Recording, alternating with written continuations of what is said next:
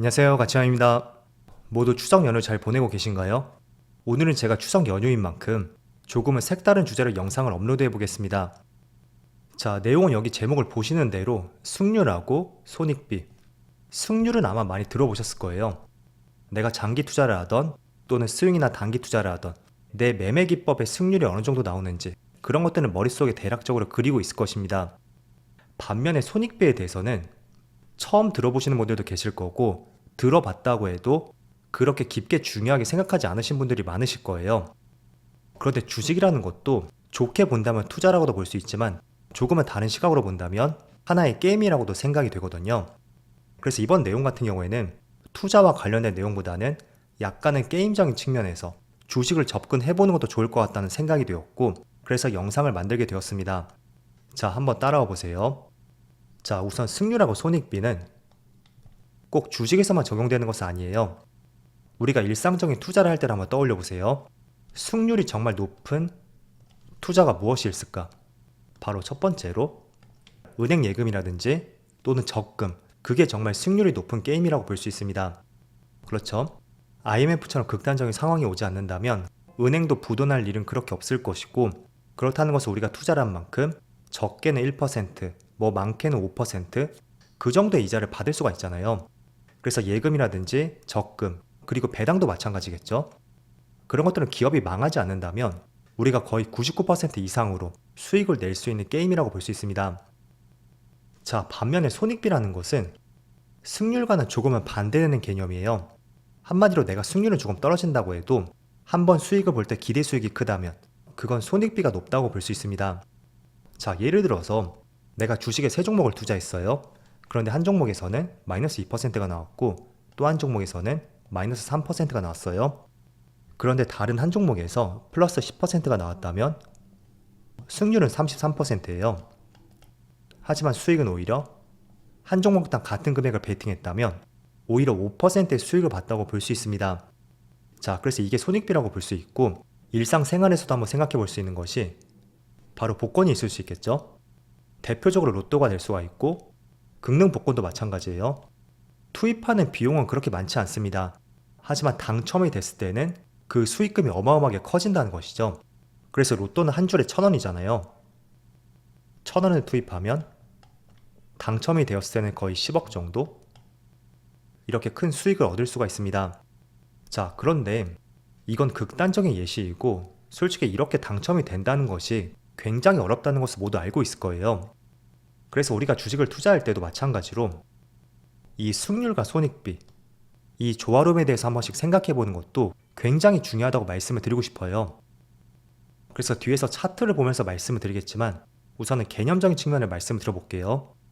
우리가 주식을 하면서 보편적으로 이런 생각들을 많이 하죠. 여기서 사면 수익이다. 주식을 잘하는 사람들의 타점을 확인하고 싶어하고 또는 어떤 재료가 있으니까 무조건 상승할 것이다. 이렇게 막연한 확신을 갖기도 합니다. 그리고 정말로 세력이 있는지 없는지 모르겠지만 이런 생각들도 많이 하실 거예요. 세력이 나가지 않은 것 같으니까 조금 떨어졌지만 다시 올라갈 것이다. 그렇게 스스로 확신을 갖기도 하고 또 실적이 좋으니까 다시 올라갈 것이다. 또는 저 주식 전문가는 전망이 틀렸다 혹은 맞았다. 굉장히 이분법적인 사고를 많이 갖고 있습니다. 자, 그런데 얼마 전에 키움증권에서 실전 투자대회 상위권자들을 분석했어요. 그런데 10위권 안에 들었던 상위권자들을 보면 승률이 생각보다 그렇게 높지 않은 것을 알 수가 있습니다. 승률이 고작 60%를 채 넘기지 않았었거든요. 자, 단순히 이것만 봤을 때는 굉장히 승률이 낮다고 생각이 되죠. 하지만 상위권자들은 승률과 더불어서 이 손익비라는 것, 이게 정말로 굉장히 조화롭다는 것을 알 수가 있었습니다.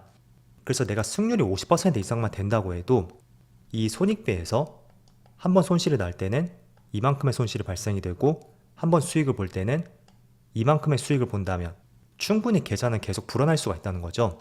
자, 그래서 제가 단기 투자를 부추기는 것이 아니고요. 이거를 스윙 투자라든지 중장기 투자에도 얼마든지 활용을 할 수가 있습니다. 자, 그리고 우리가 흔히 알고 있는 카지노 같은 경우에는 승률이 51%밖에 되지 않는다는 이런 내용도 있습니다. 물론 이게 정말로 사실인지 모르겠지만 어쨌든 승률이 51%라는 것은 미세하게 카지노가 승률에 앞서 있다고 볼 수 있고 그렇다는 것은 반복해서 투자했을 때는 수익을 낼 수밖에 없는 구조라고 볼 수 있습니다. 자, 그런데 카지노가 단순히 승률 때문에 이렇게 많은 수익을 볼 수 있는지 그건 결코 아니거든요. 앞서 말씀을 드린 대로 손익비도 굉장히 카지노의 손익비가 높죠. 카지노에서 전 재산을 탕진했다는 말들 들어보셨죠? 고객들이 큰 비중을 태운다든지 혹은 몰빵을 할 때 그때 한번 크게 수익을 보므로써 계속 실적이 꾸준히 증가할 수 있는 그런 구조가 만들어졌다고 보고 있습니다. 자, 그래서 우리가 지금 해야 되는 것은 결국에는 승률뿐만 아니라 손익비를 높일 수 있는 방법, 그 두 가지의 아름다운 조화에 대해서 깊이 고민을 해야 된다는 것이에요. 그런데 많은 분들이 손익비보다는 승률에 굉장히 집착을 하고 있거든요. 그렇다 보니까 나올 수밖에 없는 생각이 무조건 이 타점에서는 수익을 볼 것이다. 어떤 재료가 있으니까 무조건 상승할 것이다. 또 세력이 나가지 않았으니까 다시 올라갈 것이다. 이렇게 스스로 맹목적인 확신을 갖는 것입니다. 또는 주식 전문가가 틀렸다. 맞았다. 그것도 어떻게 본다면 그 생각에 대한 확신을 토대로 그런 기준을 세우기 때문에 나오는 것이에요. 그래서 여러분들이 필히 해야 되는 것은 첫 번째로 승률 높이기, 그리고 손익비 높이기, 그 두 가지를 꾸준히 생각해 보시고요. 그 두 가지가 공존할 때 계좌가 굉장히 탄탄해질 수 있는 하나의 방법이 될 수가 있습니다. 자, 그래서 첫 번째로 승률을 높일 수 있는 방법, 제가 몇 가지를 한번 생각해 봤을 때 일단은 거시적인 시장 분위기를 봐야 되겠죠. 자, 지금처럼 글로벌 정치의 흐름이 이렇게 우하향을 그리고 있다면 결코 수익을 내기에는 좋은 시장은 아닙니다. 그렇죠? 나스닥, S&P 500, 반도체 모두 시장이 내리막길로 가고 있잖아요. 그래서 그런 시장 구간에서 우리가 평소대로 베팅을 한다면 승률이 떨어질 수밖에 없고, 또 두 번째로 글로벌 시장과 달리 코스피 코스닥, 국내 시장의 흐름을 양호한지 이것도 굉장히 중요하다고 볼 수 있겠죠. 또 세 번째로 시장은 그렇게 좋지 않지만 업종별 테마 흐름이 괜찮은지, 예를 들어 반도체, 2차전지 시장은 상승을 하고 있지만 내가 매수하려는 업종들의 흐름이 어떠한지 그런 것들도 분명히 참조할 필요가 있겠죠. 그리고 메이저 수급까지. 자, 왜냐하면 코로나 당시에는 정말 10명 중에 7명이 수익을 봤습니다. 반면에 2022년, 작년 같은 경우에는 굉장히 손실을 보신 분들이 많으실 거예요. 그것도 거시적인 시장 분위기라든지 코스피 코스닥, 지수의 흐름, 또 업종별 테마의 흐름, 그런 모든 것들이 반영된 시장이었다고 볼 수가 있겠죠. 자, 그리고 단기 투자를 한다면 단기 투자의 활발한 시간대는 언제인지 그런 것들도 한번 생각해 볼 수가 있고, 또 지금처럼 연휴를 앞둔 시점이라면 거래가 활발하지가 않잖아요. 그럼 그런 구간에 매매를 한다는 것도 승률이 떨어질 수 있는 대표적인 시점이라고 볼 수 있습니다. 자, 그럼 두 번째로 손익비를 높일 수 있는 방법. 자, 쉽게 생각하시면 돼요. 손실이 났을 때는 짧게 끊고 수익이 났을 때는 조금 더 길게 가져가 보자. 그렇게 생각을 해보시고, 또 두 번째로는 평소에는 조금씩 매매를 하다가 확실하다고 생각하는 종목, 위치, 타이밍이 왔을 때는 조금 더 비중을 실어서 한 종목에서 확실하게 수익을 낸다. 그렇게 개념 정리를 해볼 수가 있습니다. 자, 차트를 볼게요. 자, 예시로 설명을 드리자면 저는 개인적으로 52주 신고가를 간다든지 이렇게 우상향하는 종목들을 굉장히 좋아하거든요. 저는 이 종목 들고 있지 않아요. 예시로 말씀을 드리는 것이에요. 자, 먼저 확률적인 측면으로 볼게요. 일단은 최근에 시장 흐름이 좋지 않죠? 그 결정적인 이유가 오랜 기간 이어질 수 있는 고금리 정책, 그게 주된 이유였다고 볼 수 있습니다. 자, 그런데 금융주 같은 경우에는 오히려 그런 재료가 호재라고 볼 수 있잖아요. 또 연말에 대한 배당도 있는 만큼 지금 시점이 금융주에게는 조금은 매력적인 구간이라고 볼 수 있습니다. 그래서 거시적인 시장 분위기를 파악했고, 내가 이런 종목을 매수했다면 철저하게 승률을 높일 수 있는 방법, 거기에 대해서 한번 생각을 해보세요. 예를 들어 나는 21선을 기준으로 잡았다면 여기 21선을 기준으로 해서 예를 들어 플러스 마이너스 5% 그 정도 범위 안에 진입을 했다면 매수를 해볼 수가 있는 것이죠. 이런 구간. 그리고 여기서 손익비가 적용이 되는데 내가 정말 이런 구간에 매수했다고 가정을 해볼게요.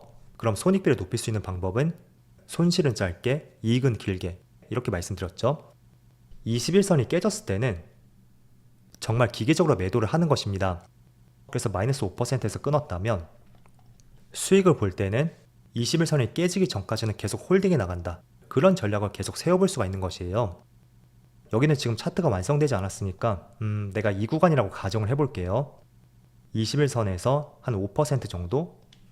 이 정도 구간에서 매수했고 21선을 깨지 않았죠? 그럼 계속 홀딩을 하는 것이에요. 그래서 내가 매수하고 나서 손실을 본다면 5%라고 했죠? 이 정도로 기준을 잡았다면 수익을 볼 때는 첫 번째로 5%그 이상 그 수익률을 기준으로 삼고 조금 더 욕심을 내서 21선이 깨지지 않는다면 계속 홀딩해 나간다. 이런 전략을 세우게 되면 손실은 계속해서 5%에서 방어할 수가 있고 수익은 10%든 15%든 그렇게 더 높여갈 수가 있는 것입니다. 그래서 손실은 짧고 수익은 길게 들고 갈 수 있는 그런 자리들 여러분들이 계속 찾으셔야 되고요. 또 거기에 대한 진지한 고민을 많이 하는 것도 투자에 대한 진지한 공부라고 생각하고 있어요. 자, 그래서 예시로 말씀드린 것처럼 승률을 높일 수 있는 방법 여기에 대한 고민도 하는 것도 중요하겠지만 우리가 조금은 간과하고 있었던 손익비를 높일 수 있는 방법 그거에 대한 생각도 꼭 해보셔야 됩니다. 그래서 승률과 손익비가 조화를 이룰 때 우리는 안정적인 수익을 낼 수가 있고 너무 승률을 100%를 지향하지 마세요.